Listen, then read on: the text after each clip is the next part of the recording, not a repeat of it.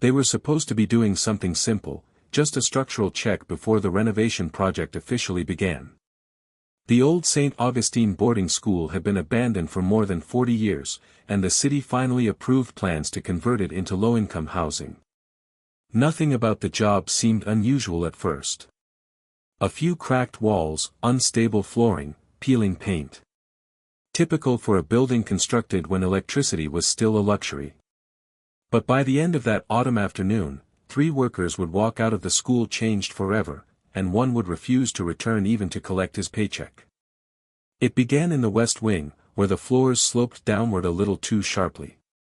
One of the workers, a man named Keller, tapped on a wall and noticed the hollow echo beneath the surface, an echo deeper than any blueprint had accounted for. His partner joked it was probably just an old coal chute or storage cavity. But when Keller knelt down and brushed away the debris, he found a narrow seam in the wall. A perfectly straight outline, too clean, too deliberate, to be natural decay. They called their supervisor, who authorized opening the section, just enough to see what we're dealing with. A few swings of the hammer, and the bricks gave way far more easily than they should have. Behind them was a compact tunnel filled with stale air, sharper and colder than the hallway they stood in. The men exchanged uneasy glances. No one wanted to be the first to step inside, yet none of them felt they could leave it unexplored. The tunnel ended at a small wooden door, blackened by age but intact. No rusted knob, no hinges visible, just a simple wooden slab with a faint symbol carved into the center. The workers didn't recognize it, but the shape lingered in their minds like something they had seen in a dream. When they pushed on the door, it opened without resistance, like someone had oiled it the day before. What lay behind it should not have existed. A hidden basement room, untouched by light or sound for decades, stretched out before them. The air tasted metallic, as if it had been trapped long enough to ferment into something unnatural. Wooden shelves lined the far wall, holding objects no one could identify at first glance. On the left side of the room, a rusted cot sat angled toward a corner, and on the floor beneath it were markings that resembled a mixture of chalk, ink, and dried brown stains no one wanted to name. But it was what hung from the ceiling that made Keller step back. From an iron hook dangled a length of chain, old, hand-forged, and still locked closed as if waiting for something or someone to return to it. The room was silent, but the stillness felt charged, like the moment before a scream. As they tried to leave, one of the men noticed that the door, the same door that had opened effortlessly, was now resisting. It finally gave way after a firm shove, but something about its sudden heaviness made all 3 uneasy. They knew they had uncovered something important, something that had been hidden deliberately. And the more they looked around, the more intentional everything appeared. Within the room they also found a small wooden box, sealed shut with red wax, and beside it a leather-bound journal. The cover was brittle, the edges fraying, but one thing stood out: the journal had a date written on it, 1894. Yet the school's official records insisted that no students were enrolled that year, and that the West Wing hadn't even been completed until 1897. That contradiction alone was disturbing. But as the men were leaving, their supervisor radioed in, saying something unexpected had come up. Apparently, someone else had already reported a strange room under the school decades earlier. Someone the city quietly ignored. Someone who had disappeared shortly afterward. And this was the moment, though none of the workers realized it yet, when the simple renovation project shifted into something far darker, because now the authorities had to investigate a place that, by every historical document on record, should not have existed at all. Long before the basement was discovered, St. Augustine boarding school had already become a name people avoided saying out loud. In the quiet town that surrounded it, the school's silhouette had always loomed over the tree line like an unwanted reminder of something collectively buried. Locals described it as a place that never seemed to belong to the era it was built in, as if even the architecture refused to match the historical records. It was constructed in 1880, allegedly as a refuge for orphan children from the surrounding counties. But almost from the beginning, strange inconsistencies threaded through its timeline. The founder, Headmaster Lawrence Whitford, was a stern man with a reputation for rigid discipline. Photographs show him standing stiffly in his dark overcoat, his expression unreadable, eyes seemingly focused on some distant corner rather than the camera. Former students called him the Watcher, though none could explain where the nickname originated. It just seemed like something they all somehow knew. His written correspondences were polite but strangely vague, rarely mentioning the children by name and often referring to them only as pupils or charges, as if individual identity was something he preferred to erase. The town accepted the school in those early years, grateful for a place to send children who had nowhere else to go. But as the decades passed, rumors began to spread. At first, it was small things: missing enrollment logs, unexplained transfers, and parents who claimed they were never contacted when their children fell ill. Then came the whispers of disappearances. A little girl named Margaret claimed her brother Samuel never returned from evening lessons. Another student, Thomas Riley, vanished in 1892, his belongings left untouched in his dormitory as if he had been plucked out of time. Yet none of these early incidents ever resulted in formal investigations. The school had influence, resources, and a reputation for producing disciplined citizens. Any attempt to question its methods was quietly dismissed. The sheriff at the time even stated, "Kids run off. It happens." But privately, he was known to avoid the school grounds after sunset. Personal writings from former students, what few survived, reveal unsettling details that were never included in official archives. One girl wrote about hearing footsteps pacing outside her door long after curfew, even though the hallways were supposed to be locked at night. Another boy described dreams so vivid and repetitive that he believed someone was whispering to him as he slept. These fragments, though disjointed, all shared a tone of fear not of other students, but of something rooted in the staff and the building itself. The first major fire in 1895 destroyed part of the east wing, killing 2 dormitory assistants. Reports from that era claim faulty wiring, but electrical engineers later confirmed that the building had no wired electricity until 1898. Despite this contradiction, the fire was quickly written off, and the school resumed operations within months, almost as if they wanted to erase the incident entirely. Then came what locals call the silent decade. Between 1897 and 1909, nearly every official record from the school vanished. Enrollment lists, staff contracts, medical files, disciplinary logs, everything from that 12-year stretch is missing. Not lost, not damaged, missing. The county clerk at the time insisted the school never submitted records for those years, while the school claimed the county misplaced them. But witnesses from that generation recall more troubling explanations. A retired teacher once confessed in a shaky voice, it wasn't the children who changed during those years. It was the building. It felt like it was swallowing things, memories, people, time. When asked what she meant, she refused to elaborate, saying only, "I stayed too long." More ominously, a priest assigned to the town parish during those same years noted unusual confessions. Students spoke of a room beneath the school where light doesn't reach, a lesson that no one was allowed to discuss, and voices calling from the lower halls. The priest documented these concerns in letters he sent to the diocese, but the responses urged him not to interfere with the internal operations of the institution. Within a year, the priest requested transfer to another parish entirely. Still, the school continued functioning, expanding its facilities, and admitting more children. Publicly, it was seen as a strict but respectable institution. Privately, it was a place where employees learned not to ask questions. A former cook described hearing children crying at night, but not from the dormitories. A janitor recalled sections of the building that were always locked, no matter the time of day, and hallways where the temperature dropped abruptly as if something unseen were passing through. Even after its final closure in 1971, the stigma lingered. Locals avoided the grounds, teenagers dared each other to spend nights there, and urban legends blossomed.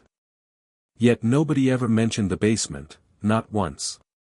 Not because they forgot, but because they never knew it existed.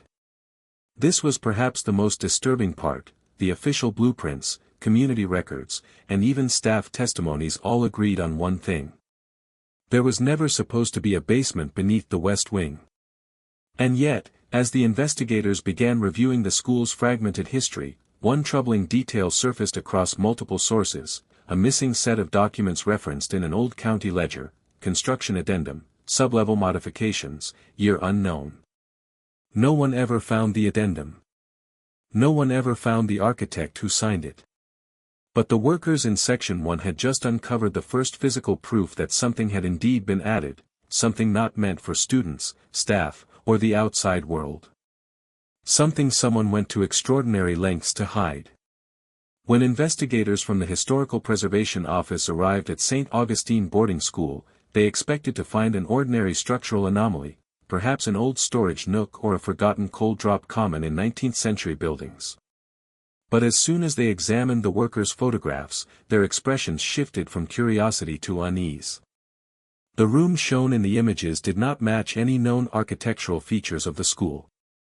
In fact, it didn't match any building plans from the late 1800s at all. The first step was to gather all known blueprints. The originals, stored in the county archives, were yellowed and fragile. They included detailed layouts of the West Wing, drafted between 1880 and 1884. Yet none of them indicated a sublevel room, tunnel, or hidden doorway. The foundation, according to every plan, sat on solid stone. No excavations were ever documented. No expansions permitted. But the workers had walked through a space that clearly existed, and had existed long enough for dust to settle into thick layers like geological strata.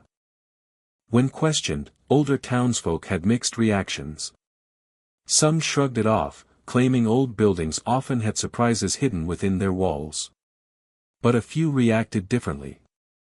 They became quiet, eyes shifting away, faces tightening as if trying to block out a memory they never wanted to remember. One elderly man, shaking slightly, muttered, "The West Wing was never right. Shadows lingered too long. Footsteps didn't always belong to people." When asked what he meant, he refused to continue. Investigators returned to the school grounds with a structural engineer and a ground-penetrating radar device. The readings were immediately confusing. The radar showed a void beneath the West Wing, shallow, irregular, and extending farther than the workers' discovered room. But the strangest part wasn't the size. It was the depth. The device showed the void was closer to the surface than the floor level would logically allow, as if the basement was built upward into the existing structure rather than beneath it. "Someone carved this room out after the wing was already built," the engineer said. "But they did it from the inside, not from below. That didn't make sense. Excavating inward required removing foundation stone and supporting beams. Yet the school showed no signs of foundational compromise. No cracks. No sagging floors. Nothing indicated that the structure had ever been disturbed. It was as if the basement had always been there, and not there, at the same time." As investigators moved deeper into the West Wing, they noticed something else: a faint draft. A cold current, drifting along the floorboards. Following it led them to a narrow corridor, one that didn't appear on any floor plans.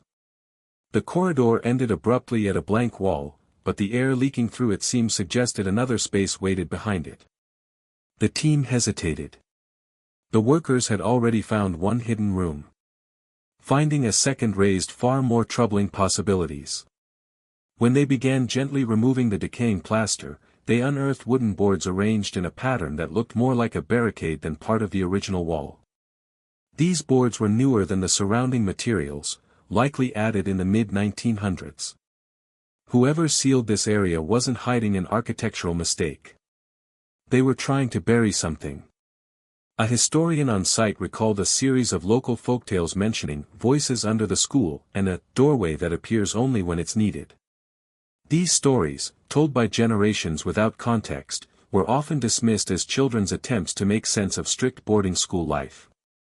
But now, with two concealed areas already uncovered, those folktales took on a more sinister tone.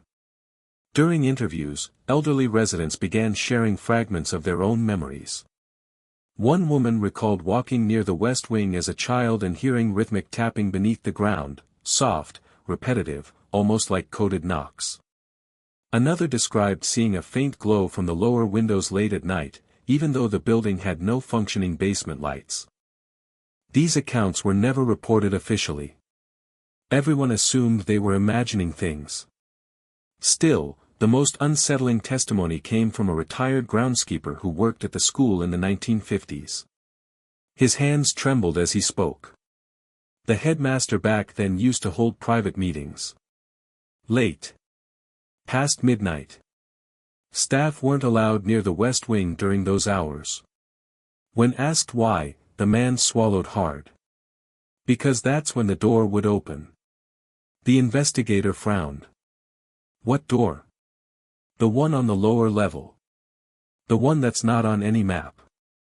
The team marked the sealed corridor as a secondary investigation site, but before they could continue exploring, they returned to the first chamber, the one the workers discovered, for a detailed examination.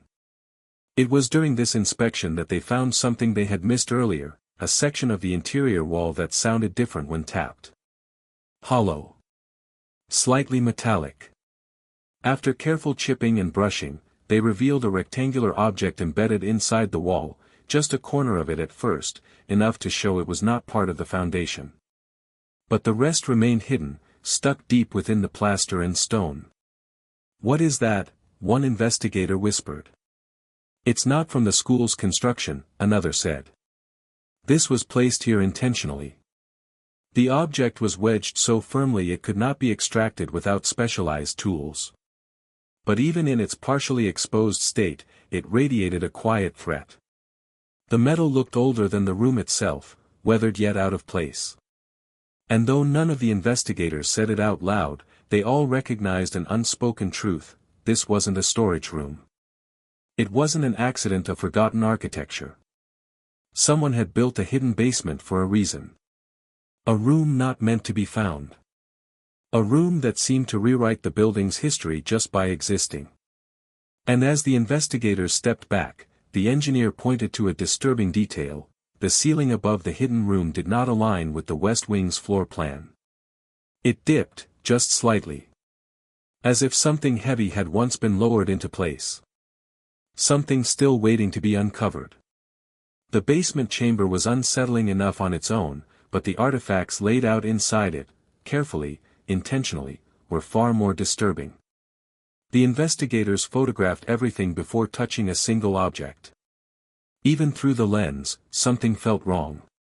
Not because the items were gruesome or overtly violent, but because they didn't belong together. They didn't belong to the same decade, the same maker, or even the same culture. On the right-hand shelf rested a set of restraints. Iron cuffs connected by a short chain, the metal hand forged and blackened by age. But the style of the metalwork was inconsistent. One cuff looked like it came from the early 1700s, while the clasp resembled industrial-era designs from the 1890s. Forensic specialists later confirmed that no two pieces were forged at the same time, and more disturbingly, the iron compositions didn't match regional sources. It was as if someone collected restraints throughout centuries, dismantled them, and reconstructed them into new forms. But the restraints were only the beginning. Lined across the next shelf were wooden figurines, small, hand-carved, each roughly the size of a child's palm. Every figurine depicted the same shape, a human form with elongated arms, bowed posture, and no face. The wood itself seemed older than the school, possibly centuries old, but the carvings were unmistakably recent relative to the wood's age. Whoever carved them did so with a shaky hand, the grooves uneven, the lines frantic. Some figurines were scorched on one side, others stained with dark blotches that testing later showed were not blood, or any known organic compound. Each figurine had a symbol carved into its chest. Not a language, not letters, shapes that resembled spirals breaking into forks, or circles cleaved by straight lines. Patterns that felt deliberate but entirely unfamiliar. The symbols didn't match runes, notations, or indigenous markings from any nearby cultures. Linguists were sent photos and audio descriptions. Their conclusion: these markings belong to no language ever recorded.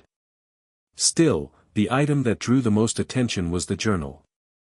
It sat on a faded cloth, almost like an offering, its leather cover cracked and brittle. A red thread wrapped around it several times as if someone wanted to ensure it stayed closed. When the investigator unwrapped it, the thread snapped instantly, so old it disintegrated into dust between his fingers. Inside, the pages were filled with a script that defied categorization. Most of it appeared to be written in English, but entire paragraphs dissolved into an indecipherable mixture of symbols and phonetic fragments from at least 3 separate languages.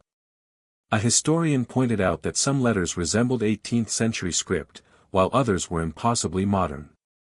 No single author could have written this. On the 3rd page, a date appeared, April 3, 1894. That was the same year the school supposedly had no active enrollment. The drawings scattered through the journal were worse than the text. Crude, childlike sketches showing students standing in a circle around a tall, featureless figure. The faceless being appeared repeatedly, always looming behind the children, always extending shapes that could be interpreted as hands, or something far less human. In one sketch, the children were holding candles. In another, they were kneeling. In a third, the faceless shape seemed to be bending over a child lying on the ground. The final drawing on that page showed the figure standing in the center of the room the workers had discovered, same dimensions, same layout, same solitary hook hanging from the ceiling, yet the drawing preceded the workers' discovery by more than a century. As investigators catalogued the artifacts, they noticed markings on the stone floor, thin, shallow carvings running along the room's perimeter. They weren't utilitarian. They were decorative or symbolic, looping in and out like a boundary meant to trap something inside or keep something out. The precision of the carving suggested careful craftsmanship, but the symbols themselves remained unidentifiable. One archaeologist whispered, "It's a containment circle, or a ritual boundary. But it doesn't match any known tradition. Not pagan, not occult, not indigenous." She paused. "It's like someone invented a ritual from scratch, or was trying to imitate something they didn't fully understand." The room's central area revealed the strangest phenomenon of all. When investigators tested the dust collected on the floor, they found layers that did not match environmental deposition. Dust from the early 1900s should contain particular types of soot, dust from later decades should show signs of nearby industrial pollutants. But all samples looked identical in composition, as if the room had been sealed for the same amount of time, no matter when the items inside it were placed there. The forensic report described it as temporal inconsistency. A phrase the lead investigator refused to approve, even though no better term existed. Meanwhile, the partially embedded metal object in the wall became an obsession. The team brought in a portable X-ray unit. The scans showed a cylindrical shape enclosed within the stone. The metal registered as unusually dense, denser than lead, and older than expected. Some parts were pitted like it had been exposed to moisture for decades, while other segments looked strangely smooth, like they had never aged at all. As they discussed extraction methods, one team member noticed something odd: the carved symbols on the floor were oriented toward the wall containing the metal object. Not randomly. Not vaguely. Precisely. As if this room was built around whatever that thing is, the historian said quietly. The more the team examined the artifacts, the clearer one unsettling truth became: this was not a storage room. This was not a forgotten maintenance chamber. This was a space designed with purpose, ritualistic, methodical, and deeply secretive. Every item served a function. Every symbol pointed back to the wall. Every line of the journal hinted at a gathering of children that should not have existed. Before sealing the chamber for the night, an investigator glanced back one last time and felt a sharp, inexplicable chill. As if the room exhaled. As if it recognized being disturbed after so many decades of silence. And as the door finally shut, one lingering question haunted the team: if these artifacts did not match any known historical record, who placed them here? And more importantly, what were they trying to summon, contain, or protect themselves from? The discovery of the artifacts shifted the investigation from structural mystery to historical crisis, but it wasn't until the research team began combing through old photographs that the darkest thread emerged. At first, the photos seemed ordinary, stiff group portraits of students lined up in neatly pressed uniforms, teachers standing rigidly behind them, their faces cold and proud. But something felt off. Not immediately, not glaringly, just a subtle wrongness that tugged at the edges of perception. It began with a photograph dated 1901. A row of 21 children stood in the schoolyard, their expressions varying from blank to mildly uncomfortable. The headmaster, Lawrence Whitford, stood at the center, his gloved hands clasped tightly behind his back. The children's names were written on the back of the photograph in neat cursive: Samuel, Henry, Margaret, Eliza. The list continued, each name corresponding to a face. But when the researcher attempted to verify the names through census records, a disturbing pattern emerged. Only 14 of the 21 children appeared anywhere in regional or national archives. The remaining 7 had no birth certificates, no baptism records, no hospital logs, no grave sites. Their names did not exist outside of the photograph. It became worse with each additional picture. A class portrait from 1903, 4 girls and 3 boys missing from all documented registries. A dormitory photo from 1910, 5 children unaccounted for. A holiday gathering in 1922, at least 3 faces that could not be traced to any family in the region. The more photographs the investigators reviewed, the more extensive this pattern became. These children were real, standing in groups, looking directly into the camera, but historically invisible. They appeared for a single moment captured on film and then vanished from every official record, as if their existence began and ended on school property. Someone brought them here, the lead researcher murmured. But no one recorded where they came from. Or where they went. As the team dug deeper, they found troubling testimonies from the descendants of former staff members, stories passed down in hushed tones, often dismissed as family exaggeration but now taking on a grim clarity. One woman, granddaughter of a former matron, recalled her grandmother speaking of additional children who arrived late at night, escorted by unfamiliar men. Her grandmother claimed these children didn't speak much, wore mismatched clothing, and were kept separate from the main dormitories. She remembered seeing them only in passing, and then, suddenly, not at all. Another descendant, this one of a former teacher, spoke of hearing sobs coming from the West Wing long after lights out. She remembered her grandfather saying, "We were told they were troubled or sick, but sick children don't disappear between dinner and morning roll call." One janitor's grandson shared a diary entry written by his grandfather in 1948, saw another one today. Small boy, hollow eyes, barefoot. Led downstairs by the headmaster. He didn't look back. They never looked back. When investigators asked if there were any follow-up entries, the grandson shook his head. He stopped writing after that. Never spoke of it again. What united these testimonies was the emotional residue: fear, guilt, confusion. Decades after leaving the school, these former staff members still carried the weight of something they didn't understand, something they suspected but never confirmed. Yet the key breakthrough came from a box of forgotten administrative documents found in the attic of an old county building. Inside it was a ledger listing food rations, supplies, and estimated number of students for each year. The numbers didn't match the official student rosters. Some years showed significantly more provisions ordered than the number of enrolled students could justify, sometimes 10, sometimes 15 extra mouths. But no corresponding names existed in the school registry. Someone was feeding children who were never publicly acknowledged. Someone was housing them. Teaching them. Recording their existence only in photographs and supply logs. And possibly using them for something. The question grew heavier: where were these children going? No death certificates. No burial maps. No letters sent home. Nothing. It wasn't until the team found a photograph labeled West Wing Evening Assembly, 1904, that dread fully seeped in. The children were arranged in a strange formation, not the typical rows or clusters. They stood in a circle. The same circle shape drawn repeatedly in the basement journal. Their faces were pale, eyes wide, and nearly all of them were barefoot despite the cold season noted on the back of the image. The headmaster was absent. Yet the children stared at the camera with expressions that looked less posed and more fearful.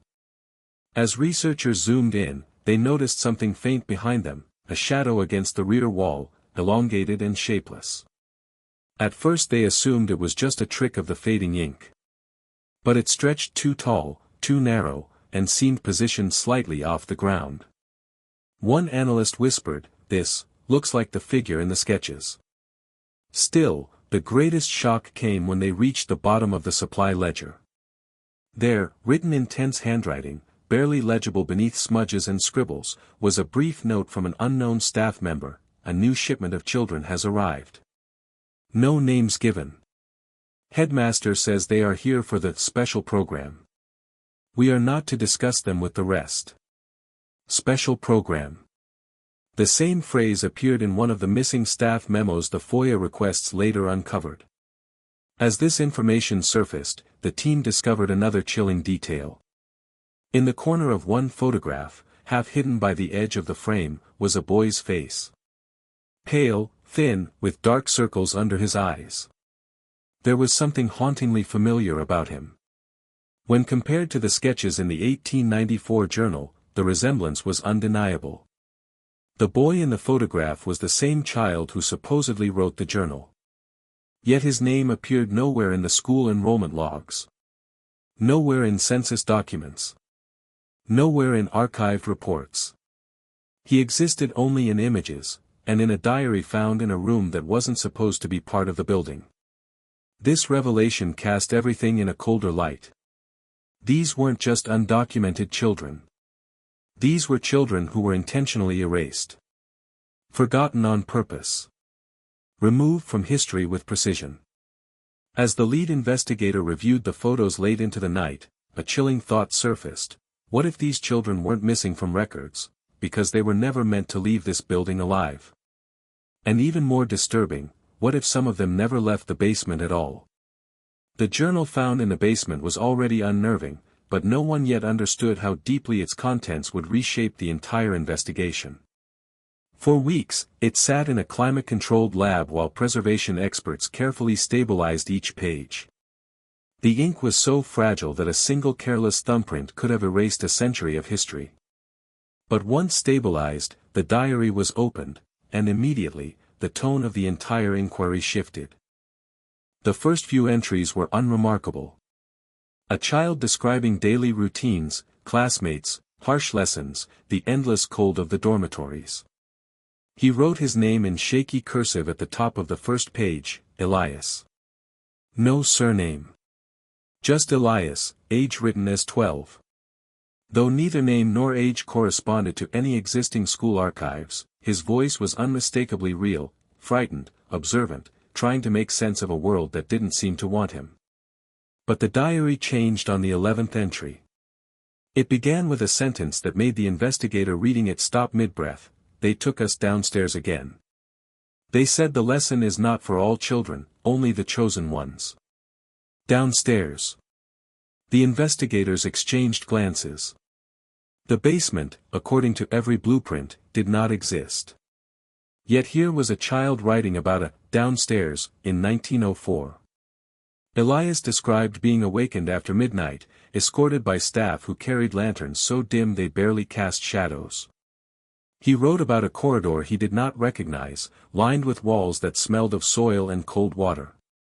He described a wooden door, the door that isn't there until they open it, and a room beneath the school that matched the chamber the workers had found nearly 120 years later.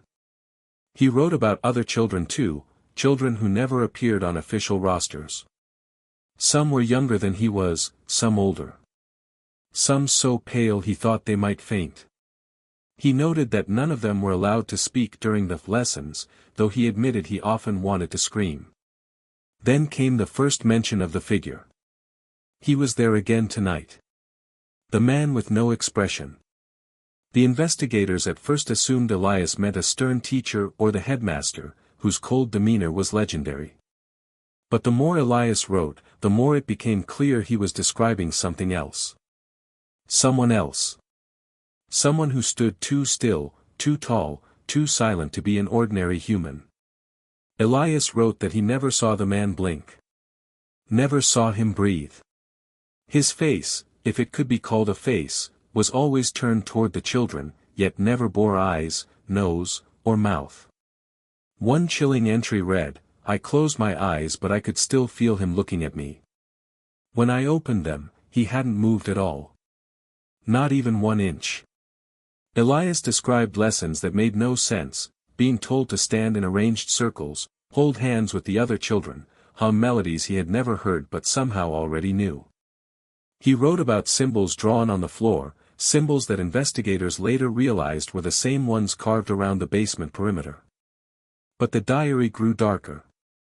In a late winter entry, Elias wrote of a night when the lesson changed. Staff members ushered the children into the room, but the figure was already there. Waiting. The candles flickered strangely, bending inward toward him instead of away. The air tasted metallic. One child fainted before they even began. Elias tried to step back, but a teacher gripped his shoulder tightly, whispering, "Don't fight it. He chooses who he chooses." Elias didn't explain what "chooses" meant. He likely didn't know. But the next entry was smeared, the ink warped by water or tears. Only a few sentences were readable. They said I did well. They said he looked at me longer than the others. I don't want him to look at me at all. The diary shifted again, growing fragmented, erratic. Sentences broke off mid-thought. Paragraphs became circles of repeated phrases.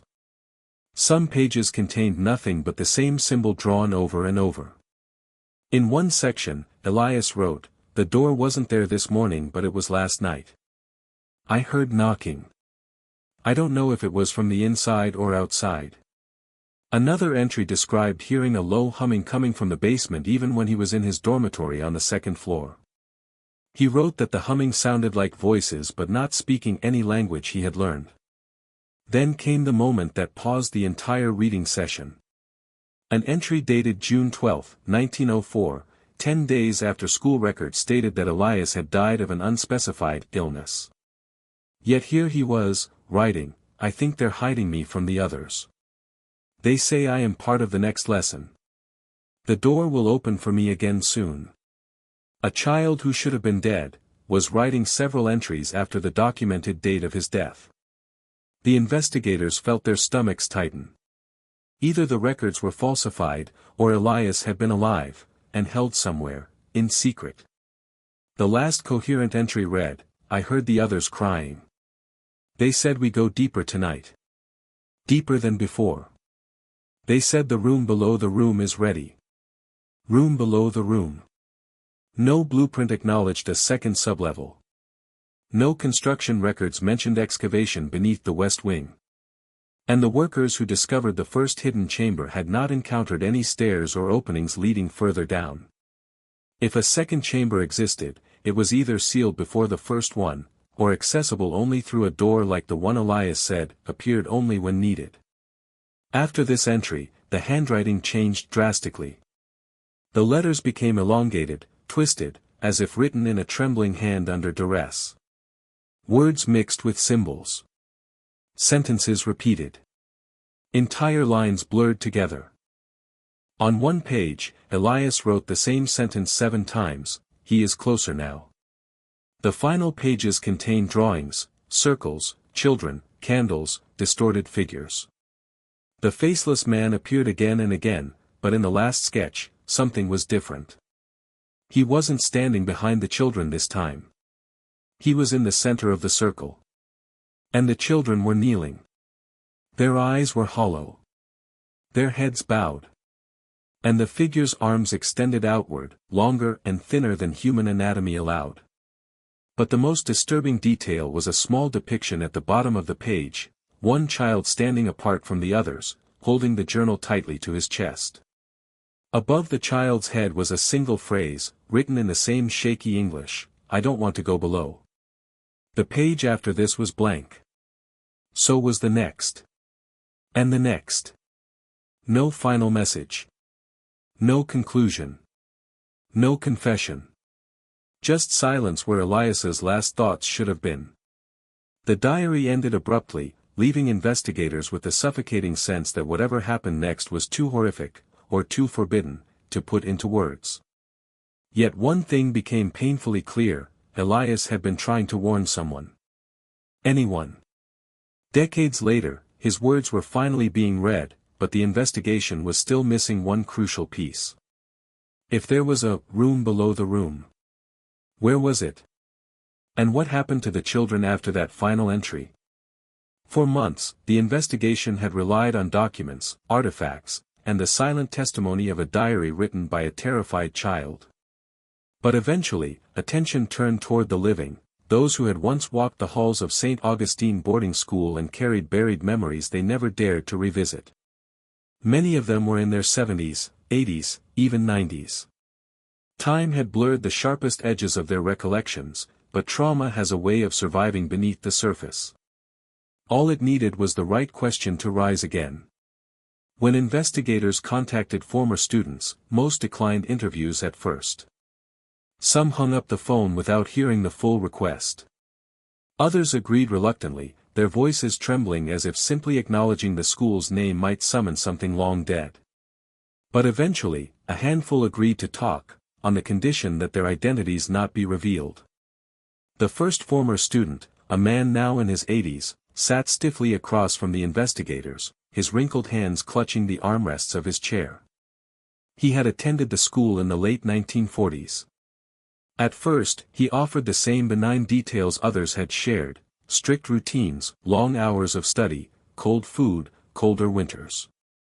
But when shown a photograph of the West Wing, just an exterior shot, nothing remarkable, his demeanor shifted. His breath faltered. His eyes widened just slightly, as though seeing something that wasn't in the picture. "I heard chanting there," he whispered. "At night. Always at night." The investigators leaned forward gently. "Chanting from students?" The old man shook his head violently, too fast for someone his age. "No, not children. Not anyone I knew." The voices were too low, like they were coming through the floor. He paused, trembling. "And sometimes I heard tapping. Like someone knocking from underneath us." When asked why he hadn't reported it back then, he gave a hollow laugh. "Who would I tell? The teachers? The headmaster? They already knew." Another former student, a woman in her 70s, described a recurring dream she'd had as a child, one she never understood until now. In the dream, she stood in a hallway that didn't exist on the dormitory floors. The walls were concrete, cold. She walked toward a door with flickering light beneath the frame. She always woke up before opening it. But when investigators showed her Elias's drawing of the basement door, she gasped so sharply she nearly fell back in her chair. "That's it," she whispered. "That's the door for my dreams." She insisted she had never been inside a basement during her years at the school. She didn't even know the building had one. And yet her memory had preserved a door that should not have existed. The third witness was more hesitant. A retired school janitor who had been employed during the 1950s. He initially refused any comment, claiming he was too old to get involved in old ghosts.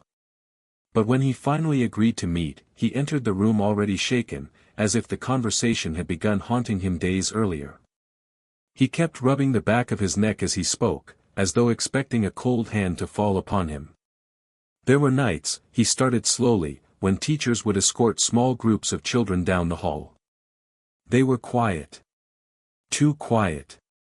Children aren't supposed to be silent like that. He paused.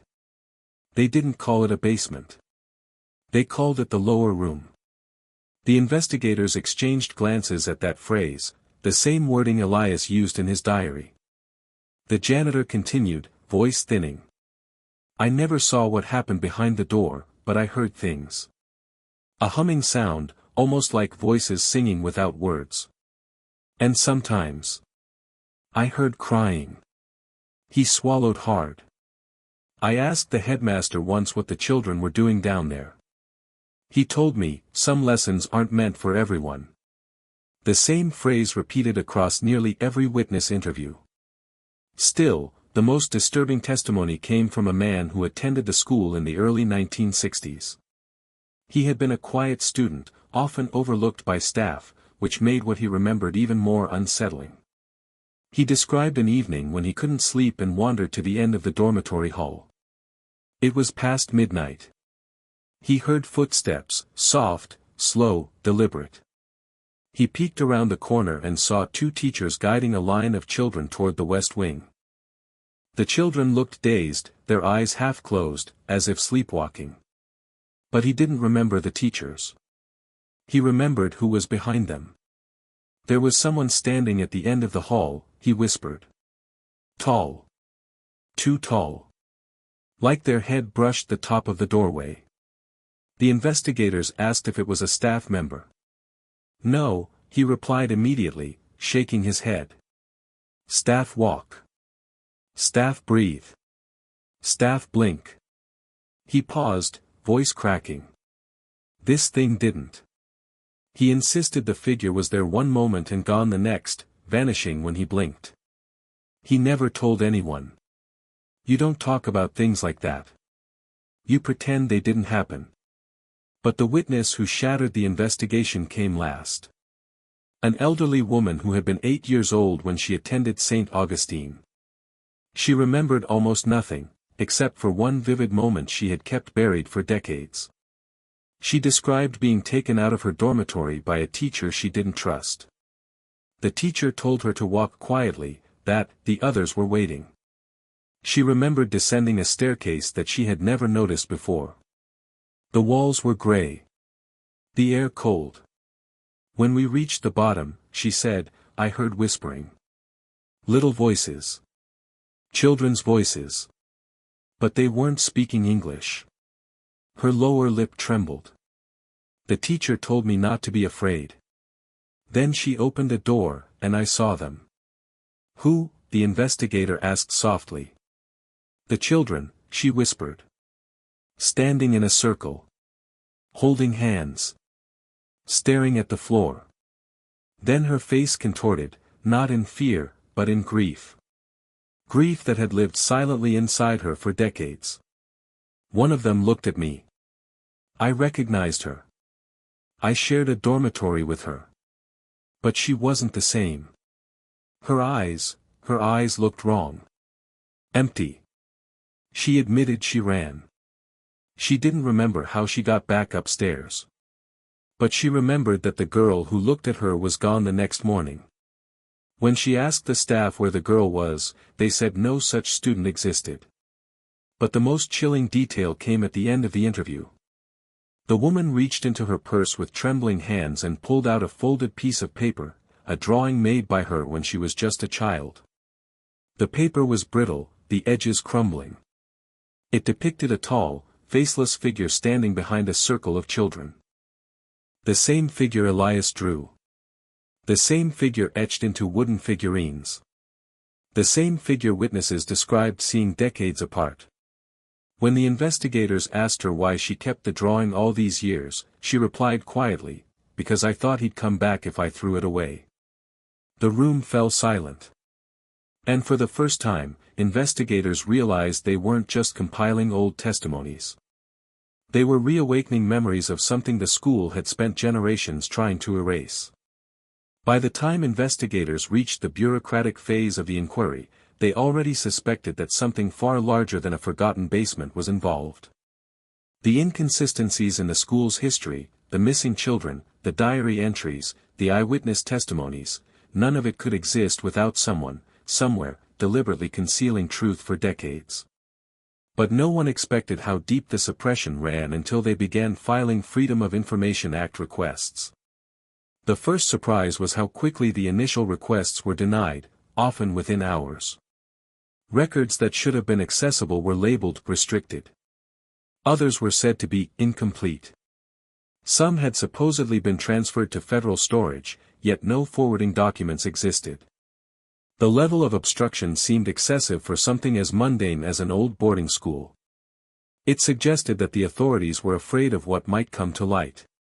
But after weeks of persistence, pressure, and legal maneuvering, a small number of files finally surfaced.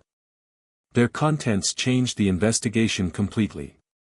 The earliest file was a 1931 police report from a local sheriff's deputy named Harold Sutton.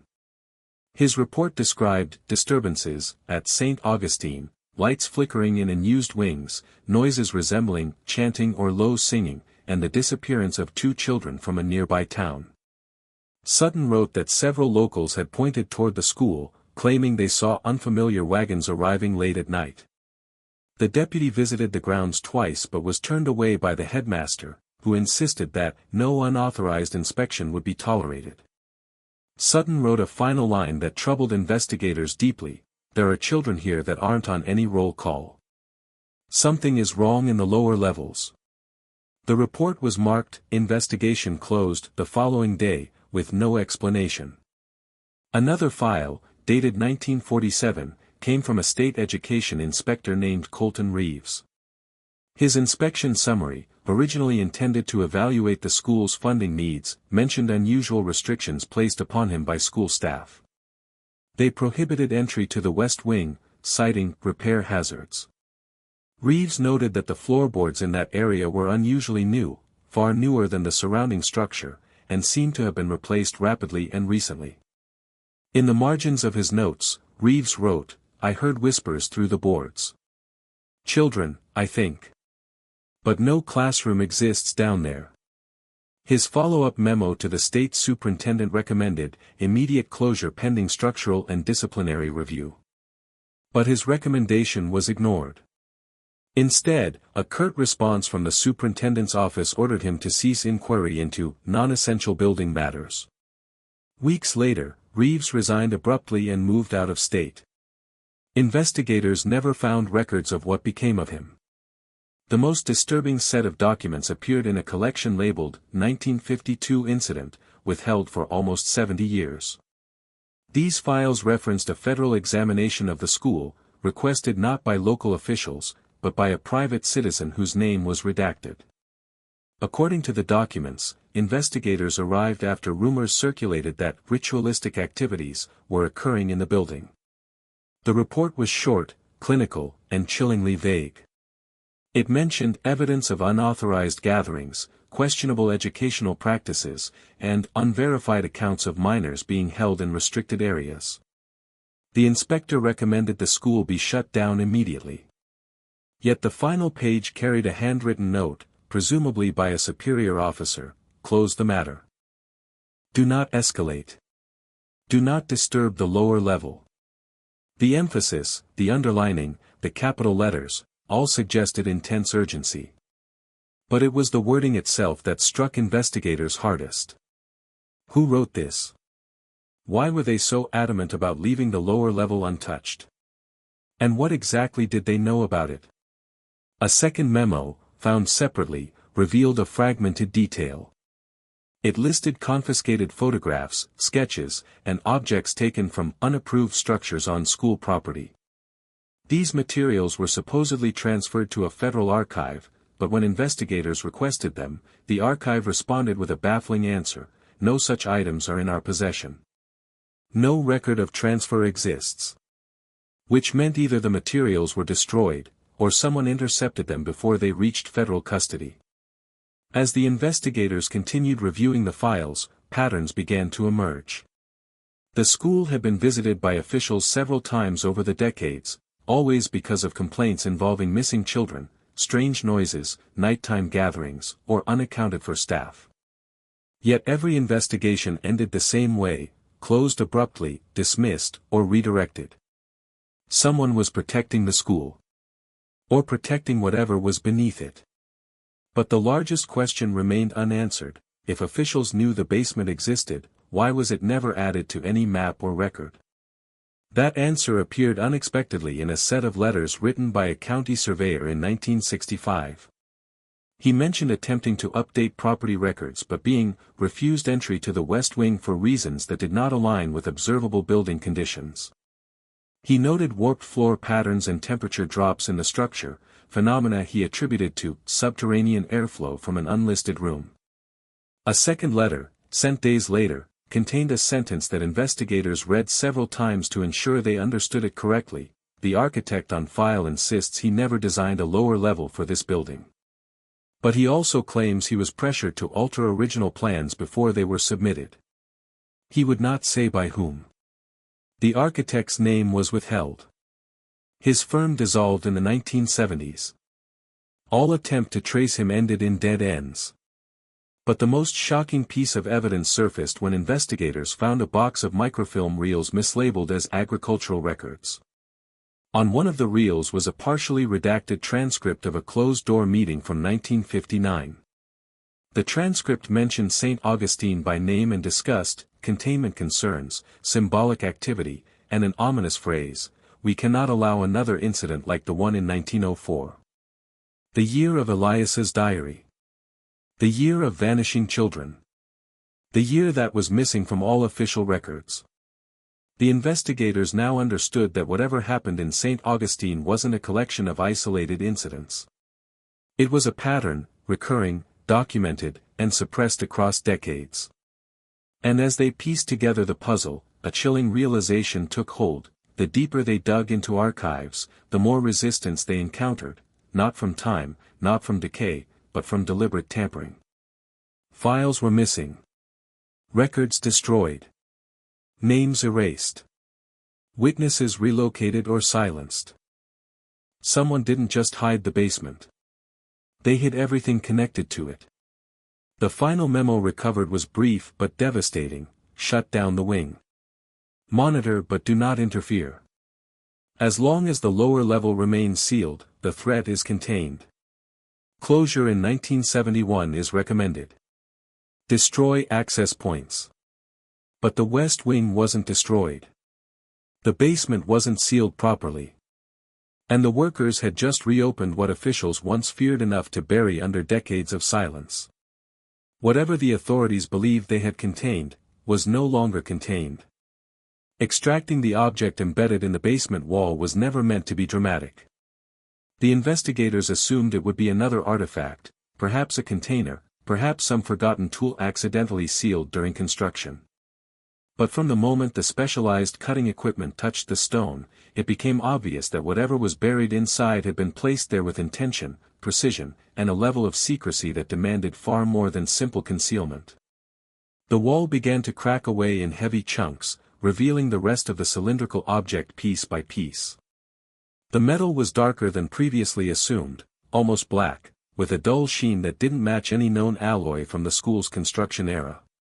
It looked older than the stones surrounding it, yet less corroded, like it had been protected from time in a way nothing else in the room had been. Finally, with a groan of shifting weight, the cylinder slid free. It was heavier than expected, so dense that two grown men strained to lift it onto a padded examination table. The cylinder had no visible latch, no hinge, no seam, only a faint groove that ran its circumference like a tightly sealed lid. Along its length were shallow markings, not decorative carvings, not letters, but strange linear impressions that seemed almost accidental. Yet when examined under lamplight, they formed patterns that echoed the same symbols found on the wooden figurines and on the floor carvings. The historian whispered, "These weren't etched by tools. They look pressed. As if something wrapped around it left an imprint." The forensic expert shook his head. Pressed by what? Metal doesn't take impressions like clay. The question was left hanging. When the lid finally loosened, after nearly an hour of careful prying, a thick cloud of stale air exhaled from within, as if trapped for a century, waiting for release. The cylinder's interior was lined with cushioning that looked like layers of preserved fabric, though chemically it resembled nothing catalogued in textile archives. Inside lay 3 items. The first was a small envelope, sealed in wax, bearing no name, only a symbol almost identical to the one carved onto Elias's diary cover. The second item was a tightly rolled sheet of paper secured with a thin cord. But it was the third object that froze everyone in place. A canister of undeveloped film. Even before touching it, the investigators could tell it was extremely old, early 20th century at best, but its metal casing was pristine, untouched by rust, almost impossibly preserved. It should have deteriorated decades ago. It hadn't. They immediately transported the film to a lab capable of handling fragile materials. The technician handling the restoration process was experienced with degraded reels, but even she noted something unsettling: the film stock was not the type typically used in the early 1900s. The chemical composition was subtly different, a hybrid of older nitrate film and a coating that didn't match archives from any manufacturer.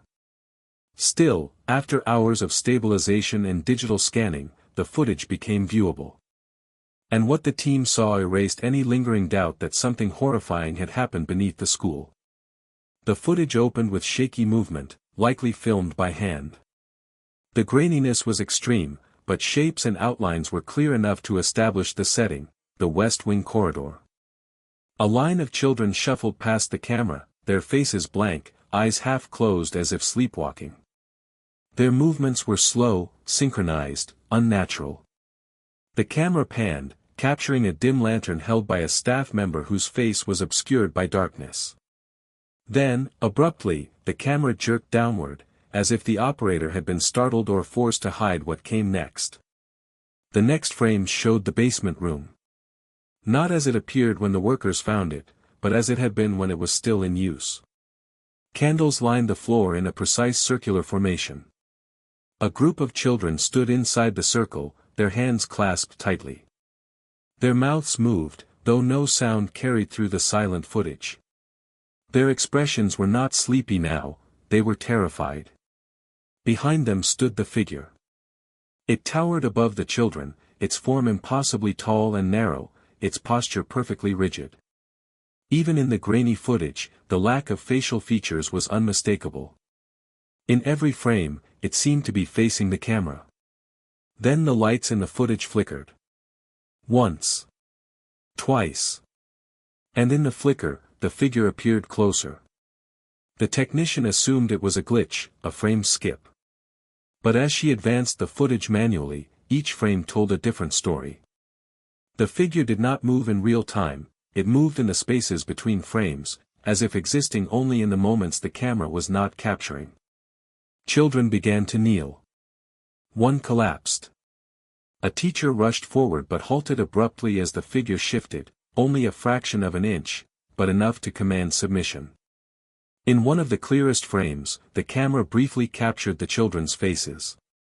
Wide, unblinking eyes. Tears streaking down cheeks. Their mouths open in silent cries. And then, for just 2 frames, the camera caught something else: a doorway beneath the room, a dark pit, previously unseen, revealed by shifting candlelight. A stairway leading down. Down deeper than the basement should allow. The same room below the room Elias had written about. The footage ended abruptly with a burst of white light, followed by total blackness.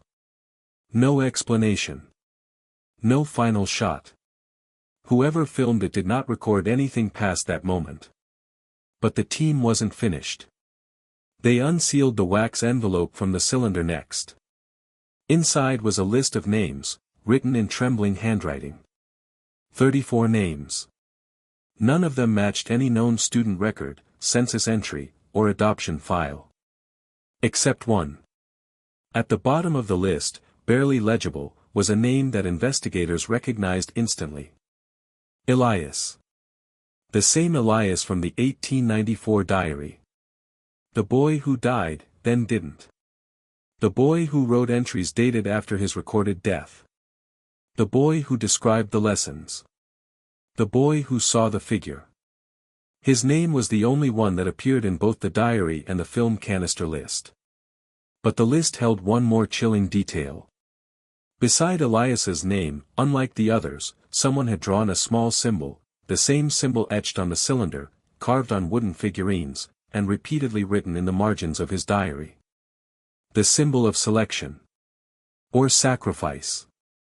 Or something neither investigators nor historians had the vocabulary to define. As the team stared at the list, a slow understanding crept over them. This was not a random archive of names. This was a roll call. A record of children who had been brought into the basement for purposes no official document ever acknowledged. And Elias. Elias was marked differently. The historian whispered, barely audible, they recorded him separately. Why? Why only him? The lead investigator stared at the film reel, horrified realization forming like frost over glass. Because he wasn't just one of the children, she said. He was the one the figure watched the longest. The same detail the diary recorded. The same detail witnesses echoed decades later. The same detail preserved in ritual-like symbols found in the basement. Elias wasn't merely a victim. He was chosen. As investigators pieced together the diary, the film footage, the missing children, and the basement's impossible architecture, they realized they needed outside expertise, people who specialized not in criminal cases or structural history, but in the unknown spaces between.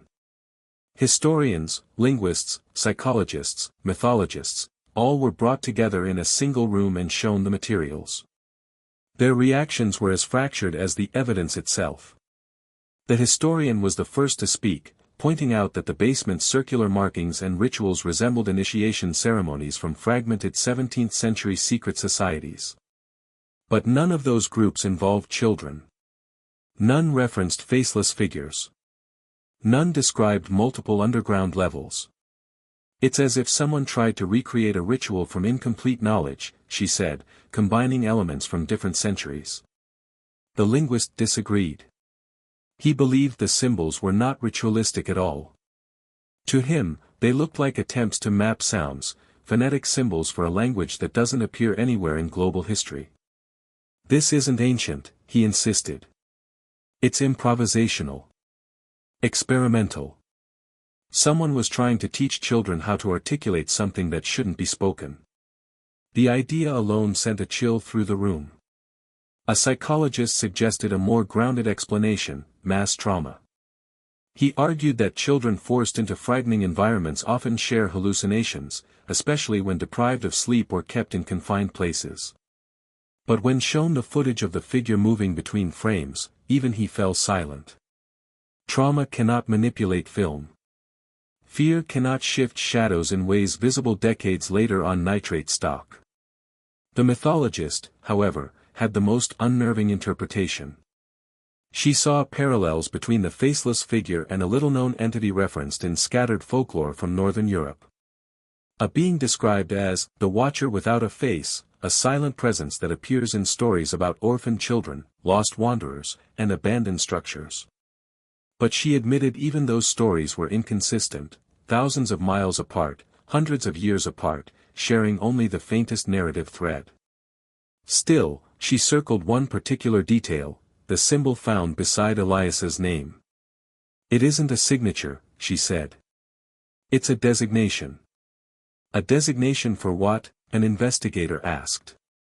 For someone chosen, she replied. Chosen for what purpose, I don't know. But historically, marks like this meant selection, either for protection or sacrifice. The room went quiet. When they asked if she believed the figure was real, she exhaled slowly. Real? I don't think that's the right word. Stories like this are about things that exist at the edge of understanding. Not ghosts, not people, not hallucinations, something older. Something that doesn't belong to history as we know it. What unsettled the investigators most was not her theory, but her final statement: whatever was happening beneath that school, it wasn't finished. Rituals aren't performed once. They repeat. They continue. And as everyone looked at the remaining, unanswered questions, the second chamber Elias mentioned, the door that appeared and disappeared, the list of names with no records attached, one truth settled like dust in the air: every explanation solved only part of the mystery. And each explanation contradicted the next. leaving behind a puzzle that shouldn't make sense at all, except that every piece pointed toward the same terrifying conclusion.